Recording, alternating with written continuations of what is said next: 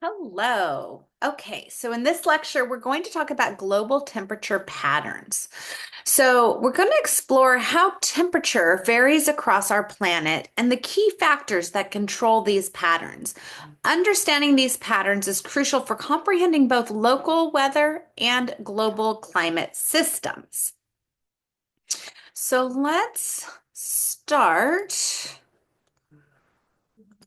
All right, so let's start with how we visualize temperature patterns. Now, when you look at a global temperature map, such as the one on the screen, you'll probably see lines called isotherms. These connect points of equal temperature. Now, this is the same thing as an iso line, but in this example where we call them isotherms, and because they connect points of equal temperature. But here's something important to remember.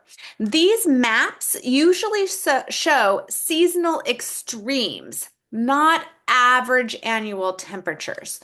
We typically look at January and July because they represent the temperature extremes for most locations on Earth. Now, what controls these temperature patterns? Well, there are four main factors that I want you to remember because they're fundamental to understanding global climate. First, we have latitude. If Earth had a uniform surface, meaning was all land or all water, and it didn't rotate, temperature would simply decrease as you move from the equator to the poles. And this is because latitude is the primary governor of insolation, the amount of solar radiation reaching Earth's surface. Now think of it as nature's thermostat. So second, we have altitude. Most global temperature maps you'll see actually adjust for altitude, showing what temperatures would be at sea level. We use something called the lapse rate to make this conversion. It's important because while these maps are great for showing global patterns, they might not reflect the actual temperatures you'd experience in high elevation areas like Denver, Colorado, Mexico City, Mount Kilimanjaro. Now, third, let's consider land-water contrasts. This is fascinating because continents and oceans behave very differently. Continents are like a quick change artist. They heat up more in the summer and cool down more in the winter compared to oceans. The oceans are more like a thermal moderator, keeping temperatures more stable throughout the year. Fourth, we have ocean currents. Now, these act like nature's heating and cooling systems. Cool currents pull the isotherms toward the equator, while warm currents push them towards the poles. Think of the Gulf Stream warming Europe, or the California current cooling the West Coast. So let's talk about seasonal patterns between summer and winter. These isotherms shift north and south, but not uniformly. The shift is much more dramatic in high latitudes than near the equator and more pronounced over continents than oceans. This creates what we call the temperature gradient, the rate of temperature change over distance. Where do we find Earth's temperature extremes? The coldest places are typically in high latitude land masses. Think Antarctica in July or Siberia in January. Where are the hottest places? Surprisingly, not at the equator, but in the subtropical regions where clear skies allow maximum heating.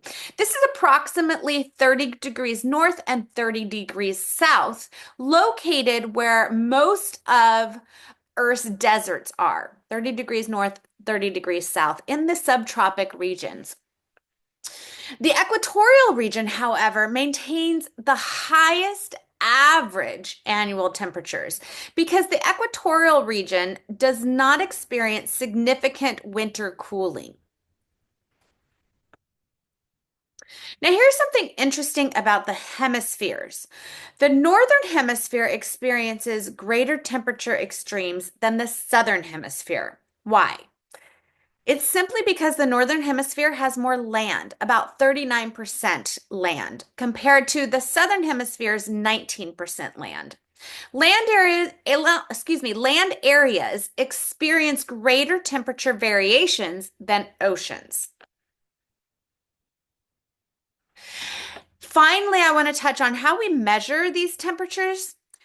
While we still use ground stations, we now have sophisticated satellite technology like MODIS that help us gather global temperature data. These satellites can measure both land and sea surface temperatures, giving us a very comprehensive view of Earth's temperature patterns. Now, before we wrap up, I want you to consider one more phenomenon, and that is what we call the urban heat island. What that is that cities tend to be between 1 to 3 degrees Celsius warmer than the surrounding rural areas. And this is due to the buildings, pavement, and reduced vegetation located in these cities versus in the rural areas. Now, this is increasingly important as our planet becomes more urbanized and in light of global climate change. So, as always, be sure to reach out with any questions. And thanks for listening today.